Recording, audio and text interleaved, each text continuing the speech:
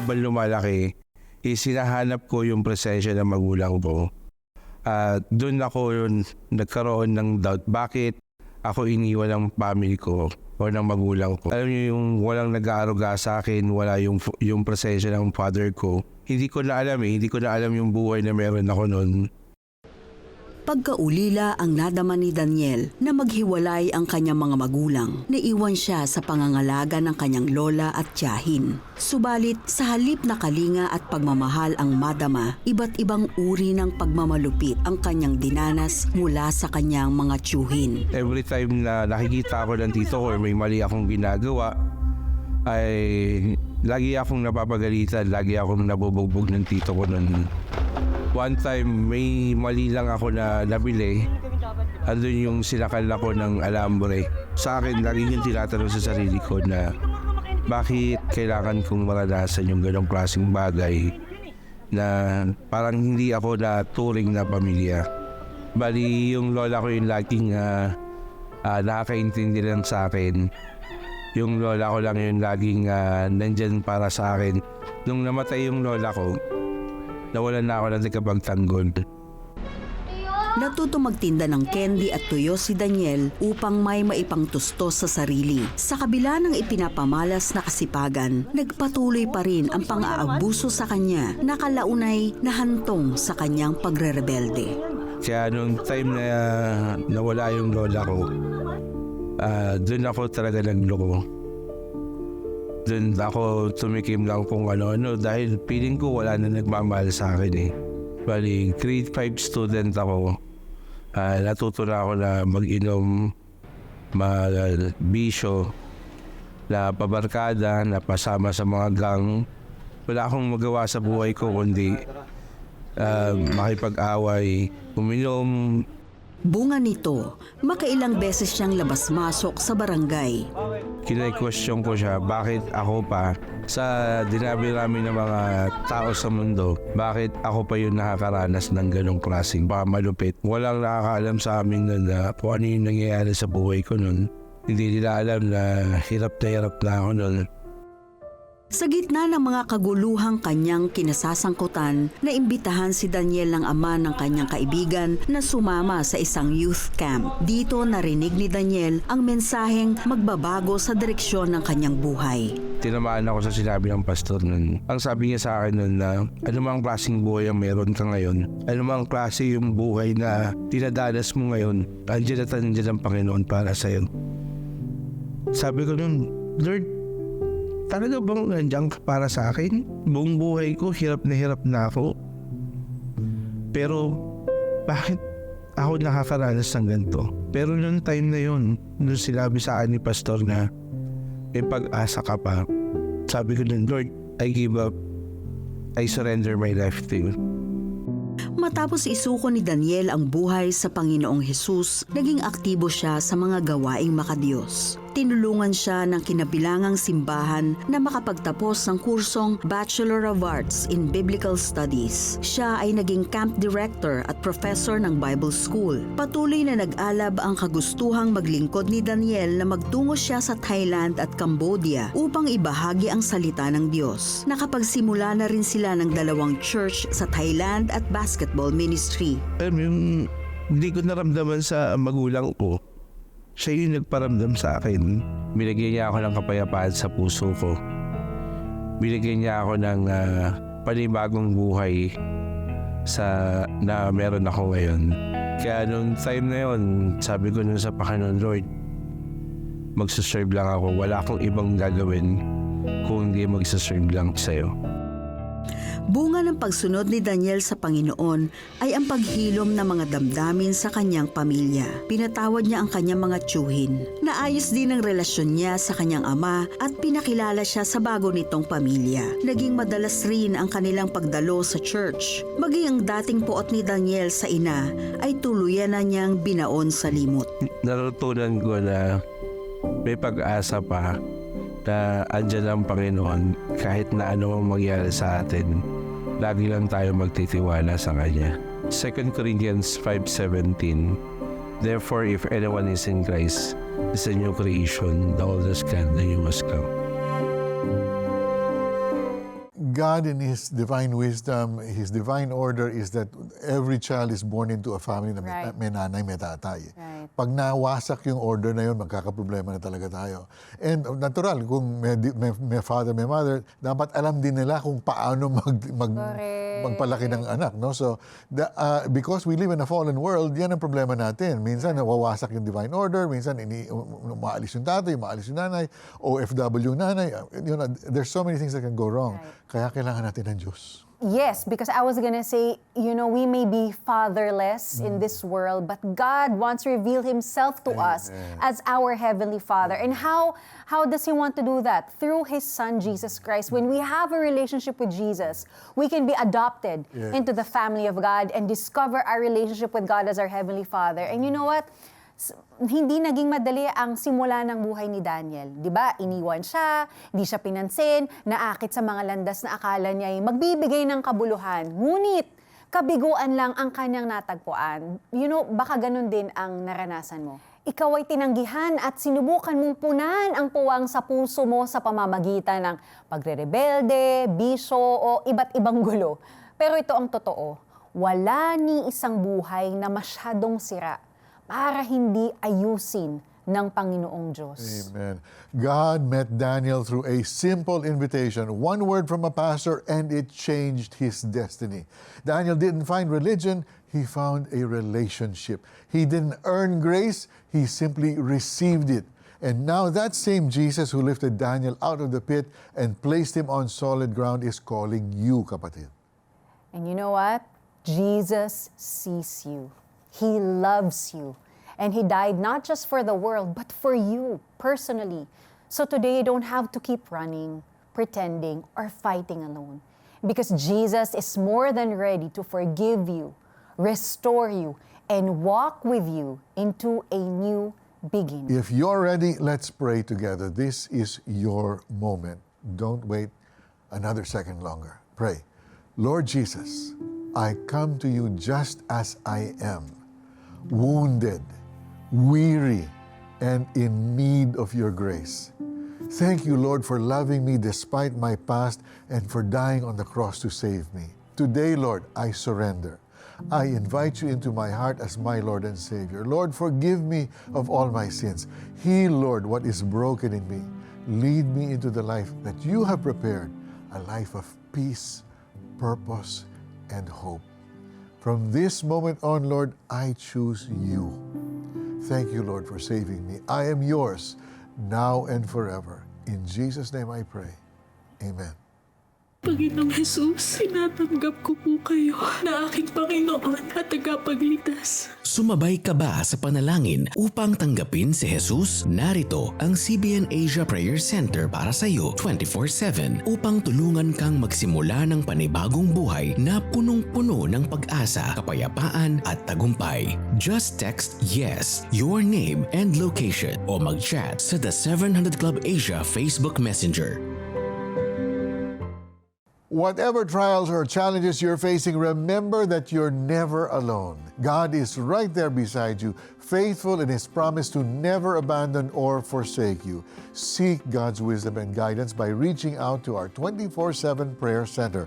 Our compassionate prayer counselors are here to stand with you in prayer and offer counsel that's grounded in God's Word. Call the number on your screen and let God's presence and wisdom surround you today. Sa mga nakatira sa ibang bansa, pwede kayong humingi ng panalangin at payo mula sa mga trained prayer counselor gamit ang Facebook Messenger. I-type lang ang keywords The 700 Club Asia. Maging updated naman sa mga huling kaganapan sa CBN Asia mula sa aming social media accounts sa Facebook, Instagram at X, formerly Twitter. In addition to our prayer support, you can find even more inspiration and encouragement through our Facebook page. It covers a wide array of topics, all designed to strengthen your connection with the Lord. Join our community by adding us on Facebook.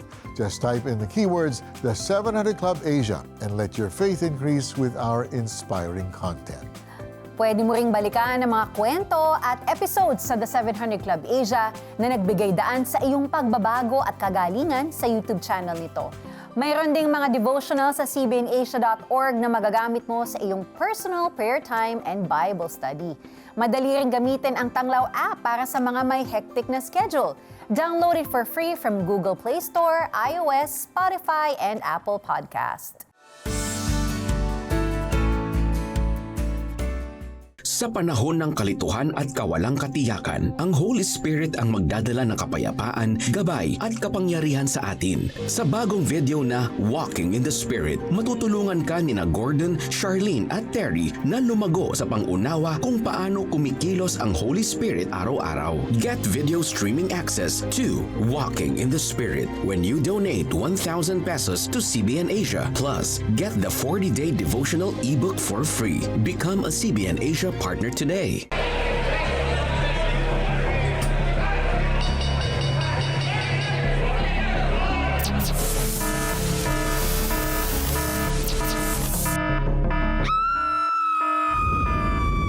Restart.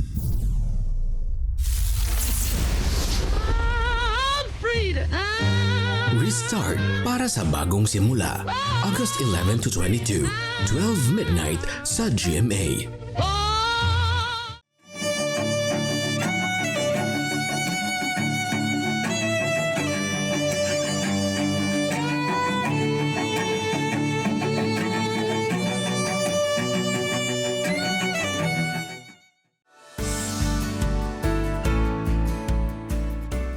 Sabi ni Mama, ang mga damdamin darating yan, dalistin. Sa susunod, di na hahayaan ka na sumunod. Mabiglang damdamin na hindi rin pala magtatagal. Bakit nga ba kay bilis sumugal? Eto na nga, kaya ako may patisyo. Bakit ka ganon? Ba't mo kami sinasaktan? I did not know na nung time pala na yon o nung araw na yon, that's gonna be my turning point. And God will break me on that night. Sa pag-aakala ni Eileen na ang pagmamahal ng isang lalaki ang kukumpleto sa kanyang buhay, pinasok niya maging ang tinatawag na no-label relationship. I was already in love with the idea of love that I forgot the real meaning of love. Who is God Himself? Subalit sa paglipas ng panahon, napagtanto niyang walang katumbas na pagmamahal sa kanya ang lalaki at kaibigan lang ang turing sa kanya. Kalaunan ay iniwasan na rin siya ng naturang lalaki. So, galit ako nun kay Lord. Kasi parang, ang eksena ko pa nun, may trust issue ako kay God. Kasi parang, akala ko ba, totoo ka? Akala ko ba, hindi ka sinungaling, nagsasabi ka ng totoo? Akala ko ba, mahal mo ko? Akala ko ba, all good and perfect gifts come from above? Akala ko ba, you are my good father and you will never withhold anything good from your children? Dahil dito, ginugol na lamang niya ang kanyang oras sa pagpapaganda at pagpaparetoke ng iba't ibang parte ng kanyang mukha. Bukod dito, ay ginawa niyang abala ang sarili sa paghahanap buhay. Nang siya ay mag-host sa release party ng Pansumandali na isa sa mga awiting pinroduce ng Reverb Worship, ang music arm ng CBN Asia. Nung nabasa ko yun at nung narinig ko yun, nag-iba yung pakiramdam ko. Tapos di ko na malayan, tumutulo na pala yung luha ko. Ba't kanto? Ba't yung lyrics parang dinedescribe ako? Dinedescribe niya kung paano ako mag-feel, kung paano ako sumugal ganun kadali sa love. Ang dumating sa bridge, ano nga bang hinihintay na kukumpleto sa buhay? Sino nga bang walang hanggan? Hindi panandalian. Spiritually natauhan ako. Kasi parang ni-remind sa akin ni Lord na Eileen, you were trying to wait on love, but you were waiting for the wrong kind of love. You were waiting for men, or you were waiting on men. But in reality, or in truth, you should be waiting on God. Nang maranasan ni Eileen ang pag-ibig ni Jesus, unti-unti niyang napatawad ang lalaking nakasakit sa kanya. Nagkaroon din siya ng pagnanais na mag-aral ng mga online courses upang makatulong sa espiritual na kalagayan ng mga kababaihan. Naglilingkod din siya sa Diyos bilang volunteer ng Puso Movement, isang organisasyon na umaabot at nagbabahagi ng salita ng Panginoon sa mga kabataan. Sabi nga nila, galingan mo mag-heal. Kasi yung pain mo ngayon, yung mga wounds mo ngayon, kung paano mo sila i-deal at kung paano sila mahihil, that will be somebody else's survival kit in the future. You have been so good to me. And pinakita mo sa akin kung gaano mo ako kamahal. Pinakita mo sa akin sa season at sa journey na to na hindi love story ko with a future husband yung gusto mong magkaroon ako at buhin. Pero yung love story ko sa iyo. Marami sa mga nanonood sa amin ngayon ay ganun din po ang problema. May pagkasira pa ang kanilang mga pamilya, may mga unfaithful. Lord, in Jesus' name, would you just reach down now and touch the hearts of everyone, Lord, that's involved.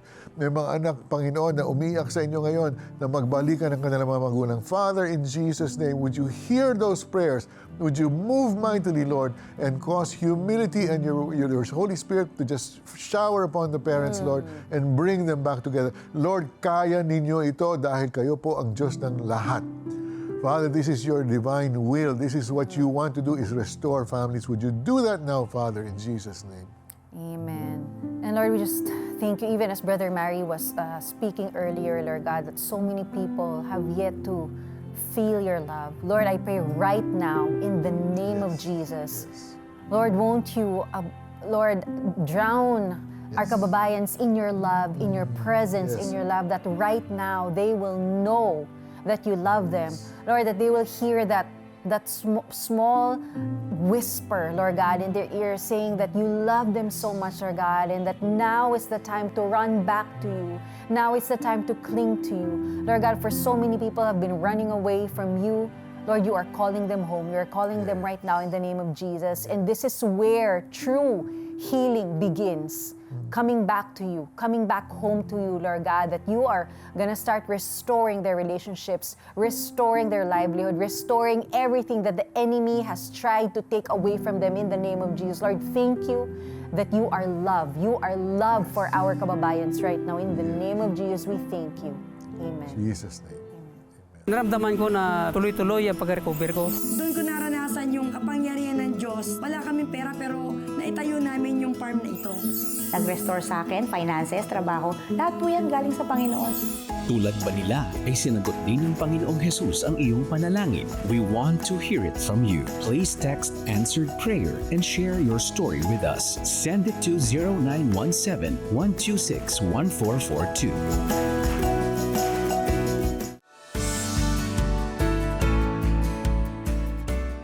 Magdodonate ako sa CBN Asia. Oo, bait naman. Sige. Type mo cbnasia.org/give. cbnasia.org/give. Yan. Okay pa. Kaya mo na yan. Madali na yan. Ikaw na. Tulungan niyo po. Ang dami pong itatype eh. Tapos 4 lang yung daliri ko. Tapos ang dami pang hihinging details. Iba na eh. Ay, iba na. Iba na po. Icons na oh. Opo. Nagbago na yan ang nila oh. Kaya ko na po to. Sige. Excuse kero to. Ako na po dito. Relax na po yan. Yan. Pagkatapos ko, kaya Roder, ikaw naman po mag-donate ha. Ikaw nga po, 5 daliri mo, di ka nagdo-donate eh. Anong hindi? Kaka-donate ko lang sa cellphone. Sobrang dali na pala. Ano pa hinihintay natin? Donate na! Ang word ni Lord ay isang tanglaw. Ilaw kapag madilim, para di ka maligaw. The best kung babasahin mo araw-araw. Ito ang Tanglaw, a devotional app where you can read and listen to God's Word anytime and anywhere. Madaming lessons and memes na madaling i-share. Made for you by friends who care. Get the Tanglaw app. Developing the habit of generosity is easier with GCash scheduled transfers. On your GCash app, tap Transfer. On the bank transfer page, tap Add Account. Select BDO. Create a nickname. Enter the account name, CBN Asia Incorporated. The account number 0030000555260 and your email address. At the bottom of the screen, tap Add New Schedule. Choose to donate, weekly or monthly. Select your preferred date. Input the amount of your donation. Tap Next. Review details, then tap Confirm. Good will come to those who are generous. Become a CBN Asia partner today.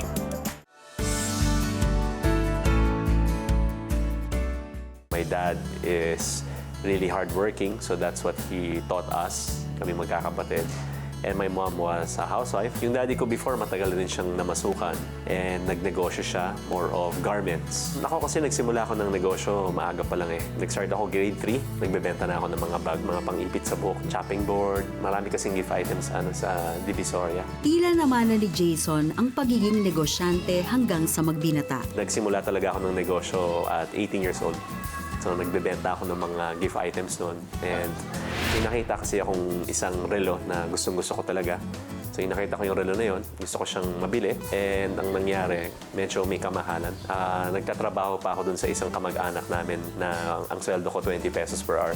Humanap pa si Jason ng ibang mapagkakakitaan, mabili lang ang naturang relo. Yung kaibigan ko, meron siyang pabango dun sa dashboard niya. So, hinirap ko sa kanya, spray ako ng gano'n. Tapos, yun pala yung negosyo niya. Akala ko original, tawag pala dun imitation. Yung pabango, nasa around 150 pesos lang niya binibenta. So, dun ako kumuha sa kanya ng stock, and then dun ako nakapagnegosyo. Yung relo, after mga 2 buwan lang, instead of longer, nabili ko na because of that sideline business. Ang feeling nun, nagiging self-discipline. Hindi ka lang dependent sa ibang tao. Natututo ka ng diskarte. Ganun pa man, hindi pa rin nakontento si Jason. Dahil kumikita na ng malaki, sinimulan niya ang pag-inom, pagsusugal, paninigarilyo at iba pang bisyo. I was jumping from one relationship to the next. Yun yung lifestyle ko. Papasok ako ng school, di pa kami natutulog, galing gimmick, kung saan kami pupunta, casino, bar. Feeling ko noon, I was jumping from looking for happiness. And I was jumping from one adventure to the next, looking for happiness. Dami kong mga extra-curricular activities, pero I was empty. Nang lumaon, isang paanyaya sa simbahan mula sa kaibigan ang kanyang dinaluhan. Meron kasing isang Indonesian pastor na in-invite, and he was talking about how they were being persecuted to the point of death in their country. Nakikinig ako sa kanya, hindi naman ako makarelate. Siyempre, dito naman sa Pinas, hindi naman tayo persecuted. So, magbasa ng Bible kahit saan pwede. Pero may nakita ako sa mukha niya. Nakita ko yung joy and peace. Alam ko na wala ako nun. So, unti-unti, naiiyak ako until hindi ko na mapigilan. That's when I met God for the first time in my life. Namulat si Jason sa saysay ng buhay pagkatapos ng tagpong iyon. Kanyang napagtanto na wala sa yaman o ari-arian matatagpuan ang hinahanap niyang kapayapaan. Ang katotohanan ito ang sumubok sa bagong pananampalatayang natuklasan. And then I thought I knew the definition of success. But I was grossly mistaken. Kasi at the age of 30, dun lahat nawala. Isa-isa yung negosyo ko. And medyo ang laki ng aking ambisyon yun, na yung nawala lahat, gumuho din yung mundo ko. Yung time na yun, we lost almost 10 million na may kasama kaming mga partners. Tapos nagkautang pa kami na 2.5 million. Tapos wala yung credit card namin. So imagine mo na lang kung magkano yung interest yan. Abutan ko yung time na wala ka talagang malapitan. Meron ka mga few friends na discover mo rin kung sino yung mga totoong kaibigan mo. Lalong nagpahirap sa kalagayan ni Jason nang magbuntis ang kanyang misis. Kasi my wife had a delicate pregnancy. Lagi kami nagpapacheck up. Na-confine siya mga 3 days. Yung bayaran na, doon ko na nalaman na bankrupt na kami. Ganun pa man, hindi nagpasindak si Jason sa mga pagsubok Bagkus, lalo pang pinaigting nito ang tiwala niya sa Panginoon. Every night, ang ginagawa ko, kinakausap ko yung baby sa tummy niya. Sa sobrang daming problema, one night, hindi ko kasi sinasabi sa kanya yung mga problema eh. Dahil delicate kami pregnancy, baka lalong ma-pressure. Doon na ako nag-breakdown and naiyak na ako kasi wala kaming pera noon eh. Kailangan namin ng more than 100,000. Million yung utang namin. Laman ng bank account namin, 5,000. Tapos, yung we were hugging each other, we were crying. Doon ko nararamdaman talaga yung presence ni God, the peace of God which transcends all understanding. And doon na pumasok talaga sa akin yung totoong essence ng faith. Yung hindi mo alam kung anong gagawin mo, hindi mo alam kung saan ka kukuha ng pera, pero alam mo na meron. Matapos ang 3 taon ng patuloy na pagsunod sa Diyos, isang himala ang kanilang natanggap. Pero imposible yun, yung nabayaran namin. Hindi ko alam kung paano eh, pero nangyari lang. Hindi ko alam yun pala yung magiging business ko ngayon. As a speaker, as a consultant, and I've been around to different industries, different companies. Ngayon, I speak to multinational. Ganun pala si God pag may nawala, and you learn from that, He can give you something much better. Grabe, literal na parang bundok talaga yung problema nyo. Bundok ng salapi. Pero God really made a way. Nothing is impossible with God talaga. 10 million, tapos 2.5 billion, tapos 8 credit card. Yeah. Pero inayos ni Lord lahat. Right. When trouble or crisis strikes, it's easy to feel isolated and overwhelmed as if we're left to steer life's challenges on our own. Many end up suffering needlessly because they fail to find solutions. However, in the face of desperation, we must remember that we're not alone. We have a God who is ready to rescue and save us in our time of need. As the psalmist beautifully puts it, "The Lord is my strength and shield. I trust Him with all my heart. He helps me and my heart is filled with joy. I burst out in songs of thanksgiving." That's from Psalm 28, verse 7.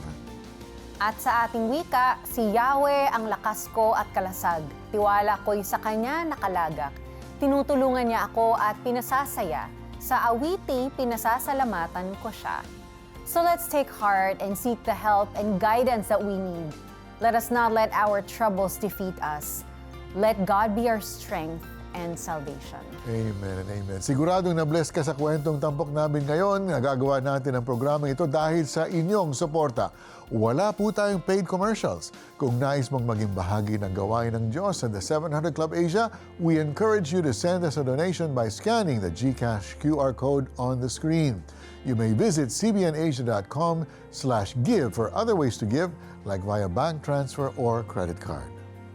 Huwag palagpasin bukas ang isa na namang episode ng The 700 Club Asia na tiyak na maghahatid ng pagpapala sa inyo, same time, same channel. Laging isa puso na tayo'y ligtas at payapa dahil ang Panginoong Jesus ang ating sandigan. Pagpalain kayo ng Diyos. God bless you. Sige, Sputnik Gang member, magbabago pa kaya? 11 taong hindi makaanak, may pag-asa pa ba? Alamin ang kanilang kwento ng buhay ngayong gabi dito lang sa The 700 Club Asia, Biyernes, alas 12 ng gabi sa GMA.